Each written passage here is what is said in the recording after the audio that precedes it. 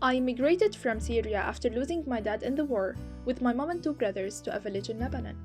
Mom had to work to feed us, and so she got a job in Mr. Pierre's garden. He didn't look or speak like anyone in my family or country, and that's why I was afraid of him. And every time he tried to talk to me, I ran inside. One wintry day, Mom asked me to go get some wood from his house. I went with my brother, and he gave us the wood. But before we left, he told me that my legs weren't straight. I threw the wood on the ground and rushed home. I sat alone with my heart racing and face burning with anger. Mom said it was just a joke. I yelled, I hate him and don't want to see him ever again. Weeks passed, and we didn't have any contact. One day, however, I was struggling to do my homework. It was all French and I knew nothing about the language. Mom advised me to seek Mr. Pierre's help. I for sure refused at the beginning, but I didn't want to look dumb in the class, thus I reluctantly accepted. He, on the other hand, welcomed the idea.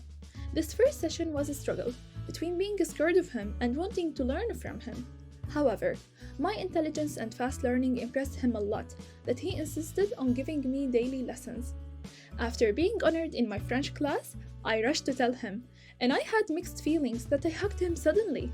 It was a pleasing hug because I felt the paternal affection in his warm embrace, and that was the turning point in our relationship. As the years passed, we better understood each other. Mr. Pierre's knowledge not only improved my language, but also my overall outlook on life. I used to spend most of my free time with him. Mr. Pierre believed in me and my abilities to achieve anything I put my heart into. One thing he wanted to help me overcome was my fear of difference. Different people of different cultures, accents, and religions.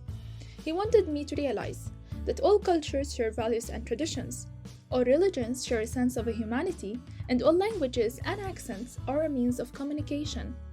This is why he introduced me to tens of people. The more people of different cultures I met, the more I felt confident and secure about my own culture. I got to know my culture through the difference in the other cultures. The 9-year-old insecure girl is now a 19-year-old entrepreneur who has shaped her own identity and destiny.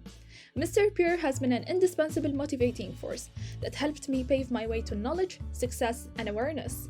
From him, I learned to embrace differences and welcome new people to my life, those who will empower me just like he did. Because of him, I realized that the most valuable lessons in our lives can come from people we were afraid of just because they were different. His death was tragic to me in the first few months, but I was able to stand up again because he has taught me that I have a life to lead, not years to bleed.